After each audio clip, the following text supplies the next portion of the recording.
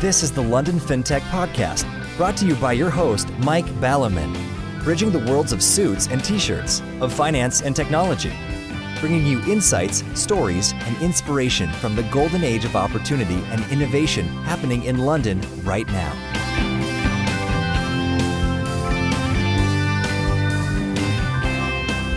Hi, this is Mike Ballerman, and this is London FinTech Podcast, episode 118, brought to you in association with Blue Motor Finance and Smart Pension. And I'm delighted to be joined today by Norris Koppel, CEO and founder of Monese, to talk about overcoming the problem of there not being such a thing as a global current account for businesses or individuals. Monese released their kind of internationally mobile, as it were, current account just over 3 years ago, and now have some 700,000 customers. Impressively, 75% of their incoming funds are salaries, and therefore they're making huge strides to becoming the primary account for their customers. Their customers obviously like them, as with 7,000 reviews on Trustpilot, Monese score 9.2 out of 10. We will come on to what an internationally mobile current account means in the show, but it's important to reiterate what Nigel Verdon said about Railsbank, or Hiroki about pull schemes, i.e. direct debits from GoCardless around the world. Global banks are just brands, just umbrella companies sitting over a whole bunch of national banks, all of which have different procedures around account sign-up, setup, KYC, AML, etc., etc. Despite the marketing bullshit, there are no global banks as such, just businesses that own and coordinate a plethora of local banks. This will be very familiar to any of you who have changed country and need a new bank account from your existing provider. Norris moved back in the day from Estonia to what is now a Disunited Kingdom, and had just this problem and decided one day to set about fixing it. So how far have they got in connecting every country in the world seamlessly? How do they actually connect countries' bank accounts? Do they input one in each country in your name? How does this differ from the functionality of having, say, a Revolut or Monese card? Plenty to talk about, so let's get on with the show. Hi Norris, thanks for joining me today. Hey Mike, delighted to be here. So I'm slowly collecting Baltic states, and we've had Lithuania on the show a couple of months ago, and you're the furthest east of the Baltic states. So when did you leave Estonia? So I left country many years ago, about 18 years ago, but I've been back and forth building businesses here in the UK and being back occasionally with my family and so on. And I think people know a little bit about Estonia perhaps. So probably the main thing they know is that you and Finland and Hungary, although I'm not sure how much, share a similar and very strange language which no one quite knows where it came from. And Finnish also has the same. Yes. Finnish, Hungarian, and Estonian have very similar roots. Yes. So what are the roots then? Or nobody knows? I don't know how you say it properly, but Hungary-Finnish roots or something like that. Right. But nobody knows where the language or the people all came from. And I'm sure someone knows. Well, I've looked this up because I was quite curious actually, because if it was for the sake of argument Finland, Estonia and Latvia, you go, oh well, those people just started speaking in a funny way and carried on kind of stuff. But Estonia and Finland I get because you're quite close to each other, but quite how Hungary then ended up with the same family. I have tried to speak to Hungarians and understand how the language sounds. It does sound a little bit like Estonian as well, but I'm unable to understand anything that they say. I see. Which is not the case with Finnish. I can understand quite well what Finnish are saying,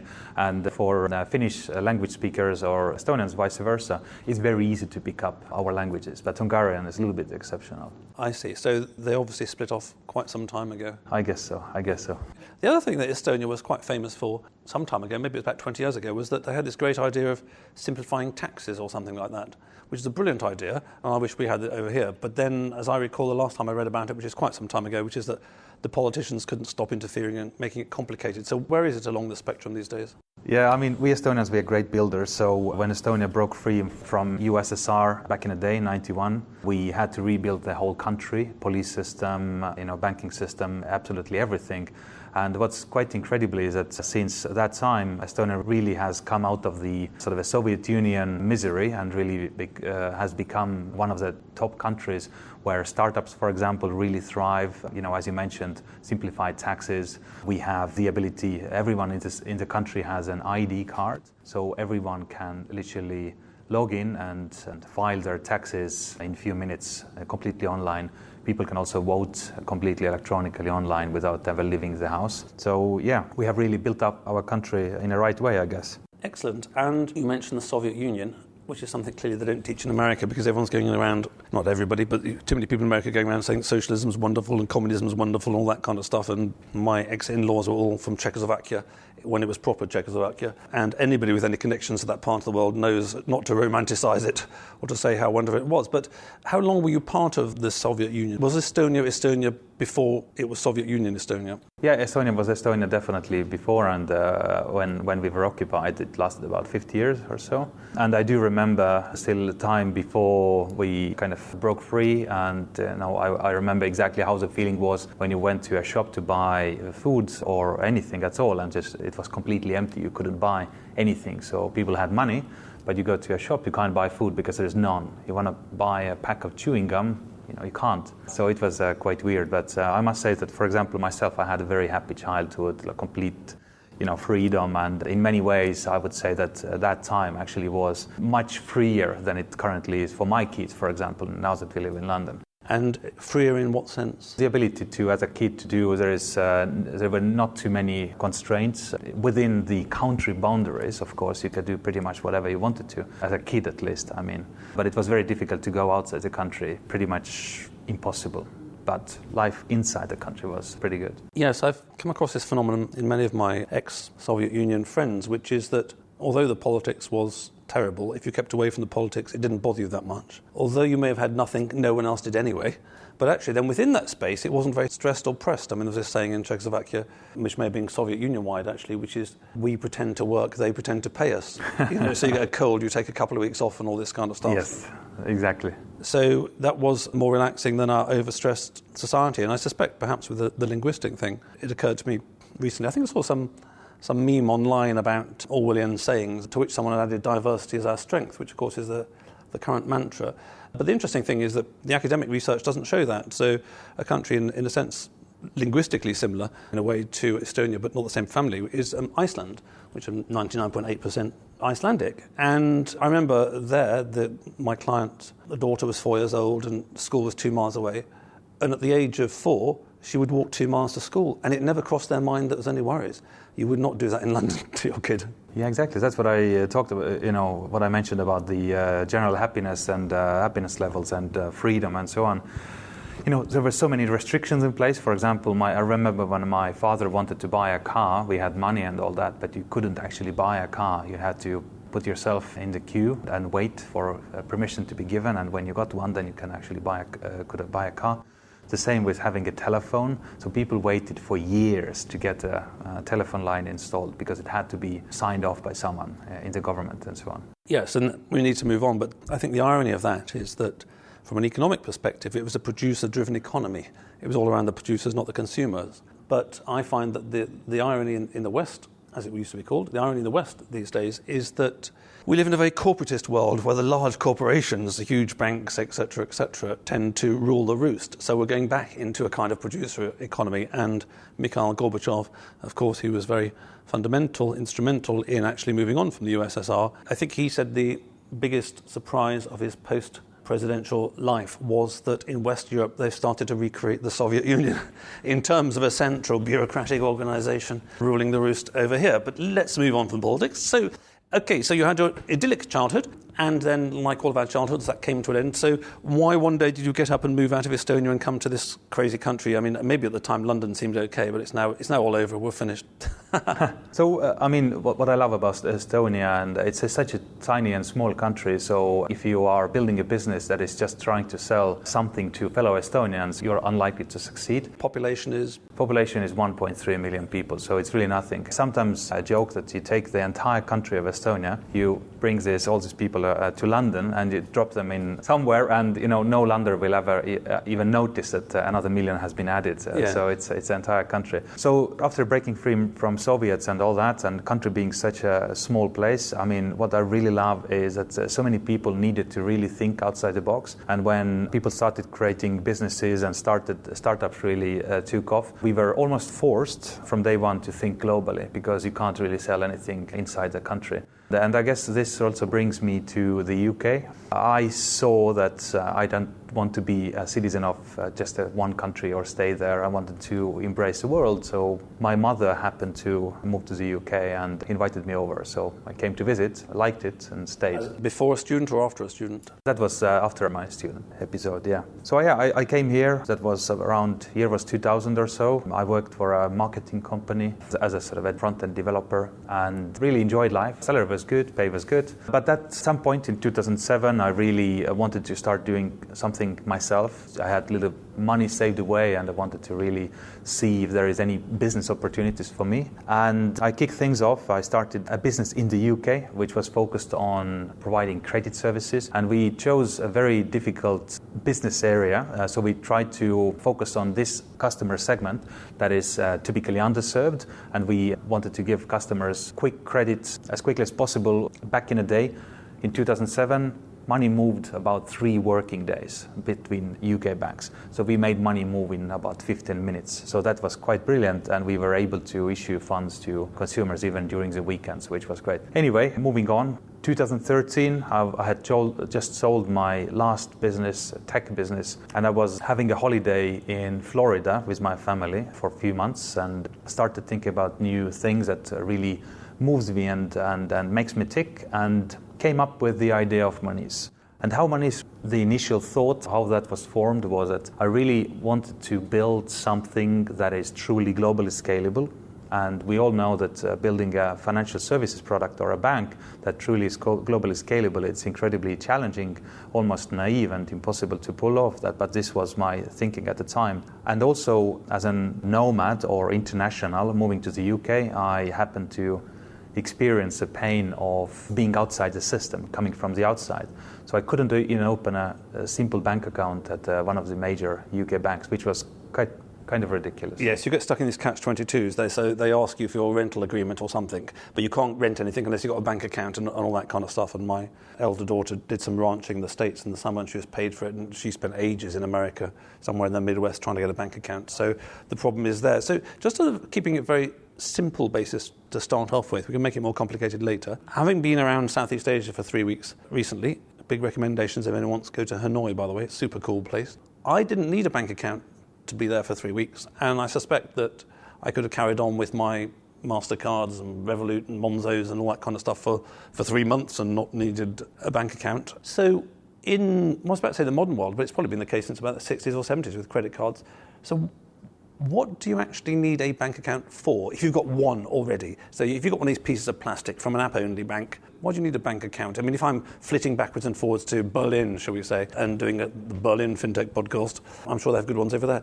I wouldn't need a bank account in Berlin. So what are the kind of watersheds, what are the dividing lines that mean that people need bank account in certain countries? I guess if you are going on a holiday and you have a bank account in your home country and you're just spending the money that you have in that bank account and you have a card that is connected to that bank account and you're going on a holiday, then you don't obviously need a new bank account in that country. But situation is quite radically different if you go to that new country and you aim to start a new life there and you need to receive a salary.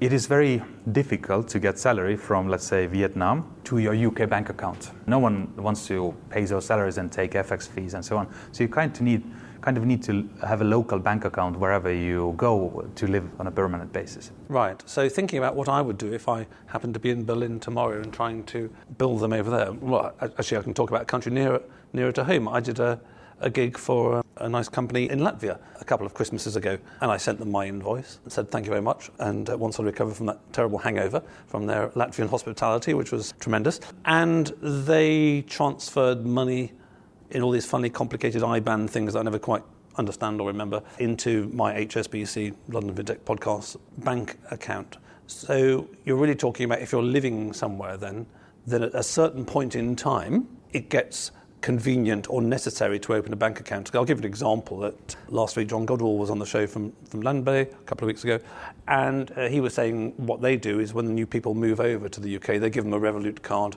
and they just use that for a while and then they open a bank account. Yeah, I mean, for us the question I guess is that if someone needs to receive salary, not self-employed or a small business is also a different story, but if someone truly flies over to the UK, gets a job at, I don't know, Tesco for example, you kind of need a UK local bank account. account, you need to receive salary, set up direct debits, and use this as your main account. And this is what we have built Monese for, to make it super easy. I see. And there are certain things, I mean, I can't think of them all off the top of my head, but I think there's certain things, probably like the tax authorities, HMRC, who would insist on paying you into a bank account or out of a bank account. And certainly if you've got a business, it's the same thing there, that in the UK, to pay VAT, you will probably need a bank account for that reason. Okay, so working in a country is one of the things, and living in it is one of the things that means that, although of course you can survive for a few weeks on your credit cards or debit cards elsewhere, at a certain point in time, you need a bank account. And at that point, you run into the challenge that you run into, which is that it's not easy to get bank accounts in different countries. Yeah, absolutely correct.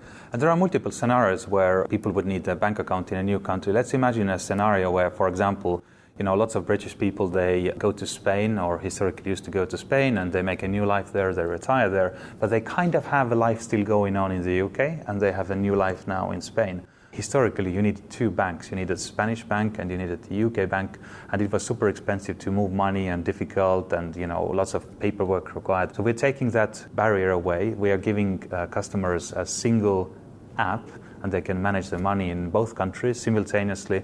Let's imagine a situation where you have not just your direct debits going on, some income, a pension, for example. You can also manage any mortgages and credit and whatnot in the future through a single interface in both countries. I see. So let's take the case then that I move to Spain, the weather's certainly better, and politics are probably better, and I open an account with Monese today. It takes you however long it takes to open an account for me, and you do your KYC, AML checks, all that kind of stuff, and then my account is active in the UK. And then I move to Spain, and as you say, it's all through one app, I get that bit. But behind the scenes, under the bonnet, what is actually happening? Will you open a bank account in my name over here, in Monese's name, or HSBC's, or some provider? Or will you open one in Spain? What are the mechanics of it? This is where it becomes quite tricky. So what we try to do is we try to hide all that complexity from customers, make it super easy on the surface. But how it all fits together, as I said, it's pretty complicated. So the way we operate is that in every country where we operate. And that's how many countries now? So right now we're in 20 countries already. So in European Economic Area, or let's call it Eurozone at the moment, we are able to operate under a single license right now because of Europe. Post-Brexit. If we have a Brexit. Yes, we would need a UK license and European license. And then it's all about how you put this thing together. So it's a little bit like a Lego. You would need to be connected to banking infrastructure in those countries. SEPA system in Europe, for example, faster payment system here in the UK. You have to have a system. You have to become a card issuer, for example, in order to issue those MasterCards that we currently do. So someone needs to be the one issuing those current accounts or European IBANs, for example. So how we operate is that we want to own as much technology and control as we need to in order to operate.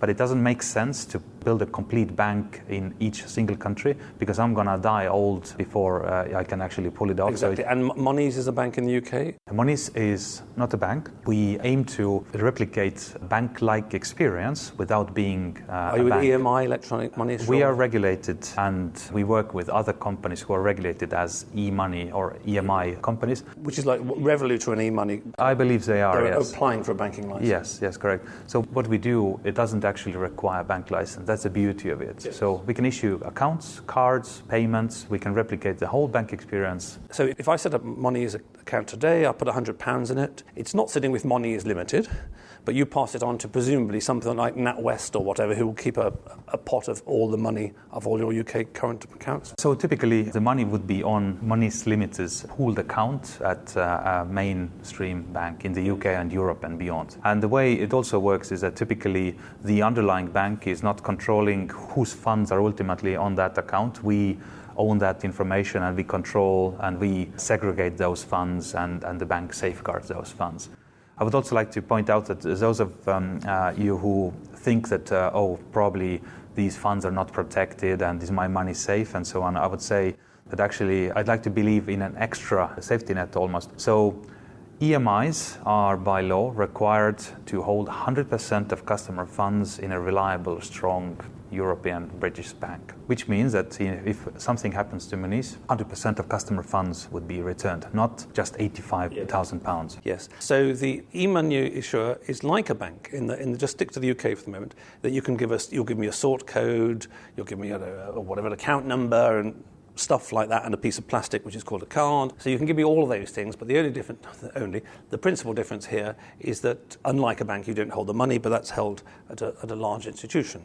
So in the case then, expanding that to where I'm also moving to Spain and living in Spain and getting pensions or something like that, presumably you then need to have a similar structure, which is that you're allowed to issue Spanish bank sort codes and account numbers, basically, or whatever they call them in Spanish. Yeah, correct. So for us, it's a key thing to control two things. So first of all, we needed to control KYC, or know your customer process, and anti-money laundering checks and all that aspect that basically separates bad guys from accessing monies. We needed to build that completely on our own, so we couldn't be relying on banks' KYC, because otherwise, if we work with so many banks, the process is going to be hugely challenging to make sure that everyone is happy. So we need to own KYC, which we have done. We spent actually years before we launched focusing on technologies that makes international KYC accessible in real time. So we are able to onboard, we are able to help people who are coming from US, Vietnam, anywhere, Ukraine, you name it. We are able to help them where other banks can't, and there is no paperwork required. So thanks to technology. That's one. And second thing that we also need to control, because we truly have a global ambition. So how do you build a global banking service? You cannot rely on existing off-the-shelf technology, really, because it's not built to be scalable that way. So we needed to build a bank core that kind of holds the whole thing together. So it holds together our relationship with the UK banks and beyond. It also is the smartest system in the food chain, because we are ultimately controlling where the money is at any given moment and where it flows. So these two pieces of technology really help us to be who we are and how we support our scalability. Okay, so the method we're talking about, which is similar to Railsbank and Go Cardless, at the big picture at least, is in essence the brute force approach. Because the way that the world exists, there are national banks in each of these countries. You either become a national bank yourself in Finland, for the sake of argument, and in Canada, or you have to work with a Finnish bank or a Canadian bank if your customers want to be able to open accounts there. By being this e-money issuer, you sit on top of them. You, in a sense, white label their commodity products. And I assume that in your app, let's say you're in Canada one day, that I download your app, I've got your app, and you've got sort of, this is Mike's account, this is your UK sort code and account number, Mike, this is your Finnish sort code account number, Mike, this is your Canadian sort code account number, Mike. So that, let's say for the sake of argument, I happen to need bank accounts in those countries. Is that how it works? Yeah, this is precisely how it works. So the idea is that once you have downloaded the app and opened an account, you have Monese ID. You're within Monese ecosystem, and what you do there is up to you. With a single tap, you can open a UK account. Another tap, you have a European one. With a third tap, you can order a card. And in the future, as we expand beyond 20 countries, again, with a single tap, you can open an account in the US, for example, and so on. It doesn't matter that your funds are held with, let's say, Chase or Bank of America. We hide that complexity away from you again. For end user, this will be Monese as an ultimate holder of customer funds and so on. I see. So I'm slightly reminded of the conversation with Barclaycard, where I was talking on the podcast about what is a credit card when you no longer need a piece of plastic. And I think actually my Revolut app will do a virtual credit card. Well, why do we call it credit card? What actually is it? And in the same way, you're apparently creating bank account numbers for me, which certainly work in the banking system, etc., but hidden away behind that is a Spanish bank or a Canadian bank or an American bank, and I don't need to know. So let me say, for the sake of argument, I've got $1,000 in the UK, $1,000 in Spain, $1,000 in Finland, and $1,000 in Canada. Does that get shown as different amounts? Because although you say that correctly, that I just care about how much I've got, actually, it does matter how much I've got in a Canadian bank, for example, because let's say my Canadian business has to pay an invoice. Well, that will come out of my Canadian bank account. How does it work having multiple accounts? Think of Monese as sort of a smart guy in your pocket almost. So you can bring all your money into the platform. The way you get money in or out, it's almost irrelevant. You as a customer, you want the best possible and cheapest way that you can imagine in order to manage your money in an easy way. In a single app, you can see what sits where, in what currency. You can swap it between currencies and accounts in a convenient way. And, as I said, there is almost not important if there is an account number attached to it or a card. Again, you as a customer should really be in control of that. So if you need an account in Canada to control your Canadian dollar funds, then you open one and you send money out or in or get it in. It should be really as simple as that. So we shouldn't be too focused on just the account numbers or how these are issued, but I'm saying that that you need a place where you hold your funds that is aware of you, your behavior as a customer, how you transact, if you're a good payer of mortgage repayments or not, how do you consume your credit card, how do you use your credit card, and that's what we are building. Yes, okay. And I was more focusing on the account balances. What's my Canadian dollar account balance? I don't know what Finland uses euro or something. But anyway, maybe other countries like Greece don't. Actually, Greece does. Famously, silly me. Right, okay, so I've got that, which is that you're gradually expanding the network of countries in which, in effect, if I need a bank account, I can get a bank account pretty quickly if I'm a Monese customer already. And, of course, in the UK, as we know, current accounts have been free for quite a long time, which is what's challenging the other app-only banks, which is that if you turn up and ask for money, people are less likely to come to you. So you've got a problem if you just stick to the UK. Now, I presume, given what you're talking about, is far easier to say than do, going around opening bank accounts all over the world and having all these relationships, as I know from Rails Bank, as we know from Go Cardless and no doubt you, it's easier said than done. It's very quick to say it, it's much harder to actually make it all happen in all these countries and open these new countries and that kind of thing. So your challenge of producing revenues, of monetizing this, must presumably be far harder than in a single country. So what's your business model to make sure that you're just not being a charity and helping everyone and this is really nice and everyone's really happy, but you go bankrupt unless the VCs keep pouring the money on the top? From day one, we wanted to make sure that we build a sustainable business and we're not just relying on venture capital money. So what we launched with was a product that had a monthly fee. By the way, it was hugely successful, believe it or not. But since then, we have introduced further pricing packages. You can start with a free package. You can also pay if you wish. The difference between the free and the paid-for packages, on a free package, there is no monthly fees. But for example, if you send money abroad, the FX rate is slightly higher. If you pay a monthly fee, you can effectively kill all the other fees. So those people who are heavy users, they use their card abroad a lot or they send money, they do a lot of transactions, then it makes perfect sense to pay a monthly fee because it ends up being incredibly cheap, actually. Yes, I mean, one of the vocabularies, and I came across this recently in Thailand and in Vietnam, actually, one of the vocabularies that app-only banks use is that we're transparent, we don't have hidden fees and all that kind of stuff. That's very good, so I'll tick that box.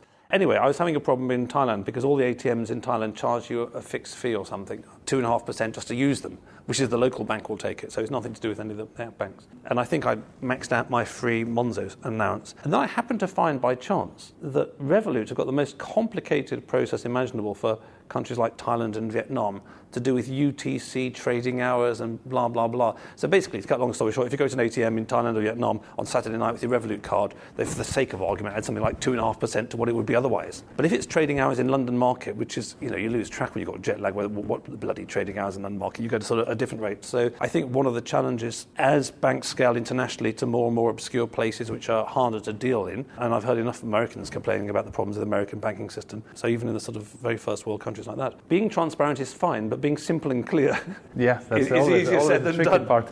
That's very true. So it's a balance. If you want to build a sustainable business, how do you ensure that you are pricing the product in a way that it doesn't scare customers away, it feels fair and transparent? It's a massive challenge, not just for us, but everyone, I guess. But what we ultimately wanted to achieve was that we wanted to get to unit economic level profitability, meaning that whenever a customer does a transaction, then doesn't end up costing us tons of money. So we wanted to ensure that we find that balance. Unit economics are sound and make sense.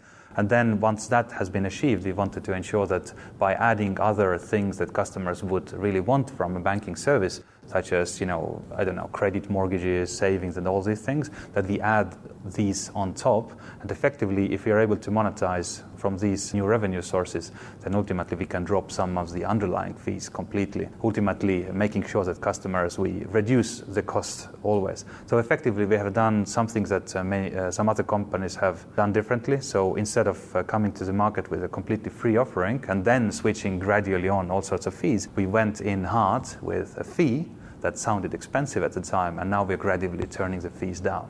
Yes, it's interesting, isn't it? That's how the world changes, and suddenly I picked up my Monese card, it was a couple of years ago or something, and it was all very free, and then there's lots of social pressure in Monese, like, oh, you're using too many ATMs a month, that's not very good to the community, blah, blah, blah, and then it's followed by a limit. And then a more recent one, which is why I ended up getting the Revolut card actually, was that Monese said, oh, it's expensive if people top up using debit card, which is all I ever did. I don't have a salary anyway in my kind of life. So there are the two ways, which is you say, you set up, and actually from day one, you're not going to go bust with the economics, you may not make any profit, or you set up on day one and you give it all away, but you're going to drown very rapidly, and then you've got the problem of trying to row back. So very briefly then, because we'll talk about Monese in a second, how long is it taking you to roll out to new countries? So you're in Europe and UK at the moment, 20 countries or something. What's next on the list, and how many man-months does that take? Yeah, so launching was tricky initially to get going in the UK. Took us quite some time. Launching in Europe took us much less time. So in European Economic Area, which is about 30 countries or so, we actually went live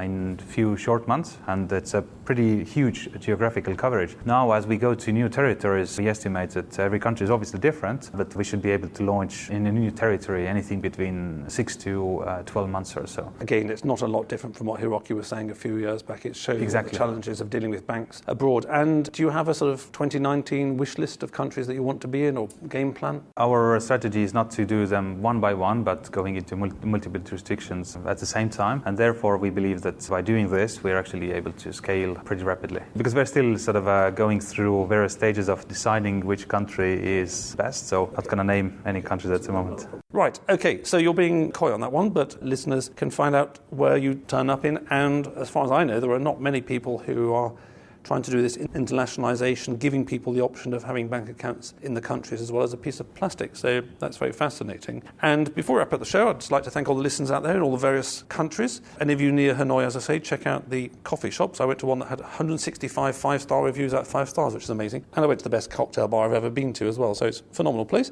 Also, you can drink egg coffee, which sounds disgusting, but actually is pretty amazing. And I'd also like to thank my brand partners of the podcast, Blue Motor Finance, who are, according to the 2018 FT1000, the fastest growing FS business in Europe. Blue's award-winning technology has supported over $1 billion of lending, working with over 3,700 UK motor retailers. Smart Pension, who are fast, secure and free. Check out their UK workplace pensions at autoenrollment.co.uk. Okay, so we've heard a bit about Monese as we went along, and largely that's because the main course topic about how, shall we say, a new co tomorrow could set up and create an international bank account itself really has a limited number of approaches. And as we've heard with Railsbank and as we've heard with Go Cardless, the main one that everyone goes down is the brute force approach, which ends up having banking partnerships around the world and then wrapping that up for your customer.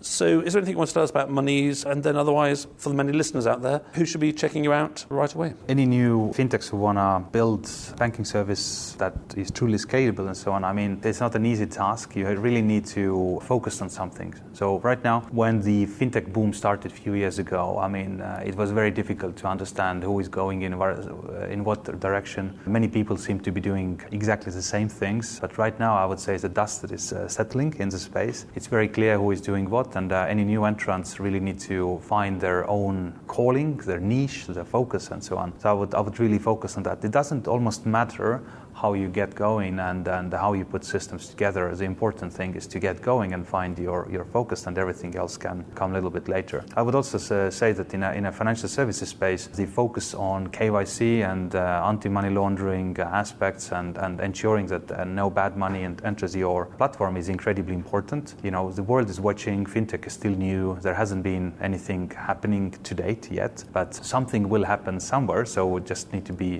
ready and be cautious. And, you know, bad stuff happens to big banks all the time. It's just a matter of time when it happens to small ones as well. So you need to be prepared and make sure your systems are solid, and I would say that's the most important thing. For a consumer, if you move abroad, if you have lives going on in multiple countries, if you have your mother, father abroad, you have your mortgages going on in multiple countries, it just makes sense to check out Monese as well. It's truly built for those people who move around, who don't want to stay in one country for their whole lives. Provides really easy and efficient way of dealing with your finances. Ultimately, it's built to be a smart guy in your pocket, just knowing where you are and how you live. Monese is growing incredibly fast at the moment, so we are adding about 30 people each month to our team right now. We're currently about 200 people across 4 countries. Our head office is in the UK, and we just opened an office in Portugal and also Berlin, and one of the biggest teams is back in Estonia as well, customer support and back-end development. So we are really aiming to hire great talent, and so if you want to check us out, monese.com is the address. Excellent. Well, you're just moved into Finsbury Square, which is becoming a little app bank corner, because you must only be a sort of, about 5 iron away from Monzo, who are a sort of pitching wedge away from Starling Bank. So you could actually sort of hit a lot of app banks around here. And you certainly, in all my years of going around fintech land, have won the ratio of large office and empty number of desks to number of staff at the moment. So you're planning ahead in terms of floor space for all these staff coming along. And as you said, and many other people have said the same, and all 3 of you are very good entrepreneurs between Rails Bank, GoCardless and yourselves, it's not a trivial matter to open in another country. You know, I can say, why don't you do America? That seems like a good idea. You say, yeah, sure. But it's easier said than done. And I think that, this is a clear example of where you're meeting a real need, because in the modern world, people are mobile, and given how the politics and Brexit stuff is going over here, then I'm probably tossing up between turning Swiss and turning Vietnamese. In 2019 I'll have to check out which is easier, and as and when you add those countries, then I shall definitely be downloading you and hopefully moving out and becoming the Hanoi FinTech podcast, or maybe the Hanoi Cocktail podcast. That sounds like I would also actually I'd like to challenge you a little bit. So you said that, for example, only if you move to Vietnam and beyond, then you would check out Monese. But right now, if you're banking with one of the big banks, I would say that maybe try the app right now and see if it's any better. I would argue that not only is the account opening speed fast and convenient, no paperwork and so on, once you're inside the app, what you see is the much better way to manage your money. Let's say you go on a holiday in Vietnam or somewhere else, instead of signing up with multiple fintechs in order to get better FX rates and whatnot, you can just stay within Monese, and we will give you everything that you need. And we know about where how you consume. You can manage your money in an easier way. Keep an eye on your spending habits and all that. So it's just definitely worth a try. Which makes me remember that one thing I haven't emphasized, which I think is true, which is that we have been talking about consumers and people, but actually you do business accounts, as well as consumer accounts. We do. We recently opened our small business account as well. So again, the same way, with a few minutes you can sign up, and your account application typically is approved really quickly. And one thing that I didn't mention before also is that we operate already in 11 languages, which is pretty rare, meaning that those people who don't speak English language, for example, speak let's say German or Spanish, they can use the product in their own native languages. So it feels like coming home. Excellent. Right, that's impressive stuff. Well, I should probably check you out on the business account, because I'm more unhappy with my business account than I am with my ancient intelligent finance account. And I wish you every success in the future, and I wonder how many countries you're going to get to one day, but no doubt all will be revealed. So thank you very much for that, Norris. Thank you. Thank you, Mike.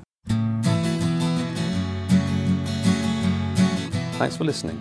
If you have consulting, advisory/non-exec, or media needs in the FS or fintech space, get in touch with me at mike@londonfintechpodcast.com.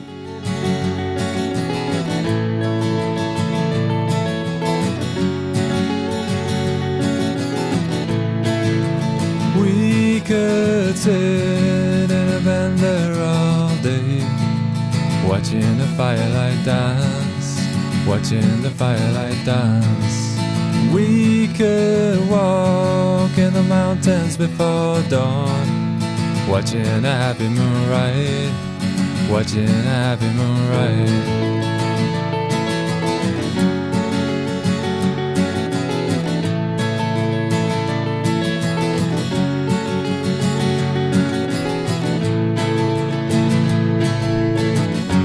Come away from the city, with the tarmac so dead and the people so sad.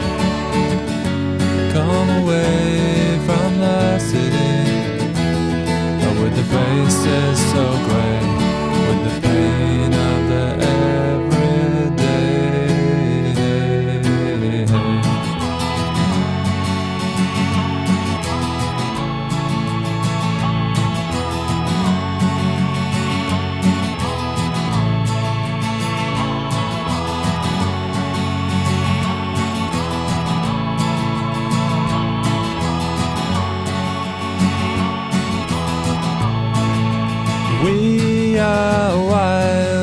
the mountains and the trees.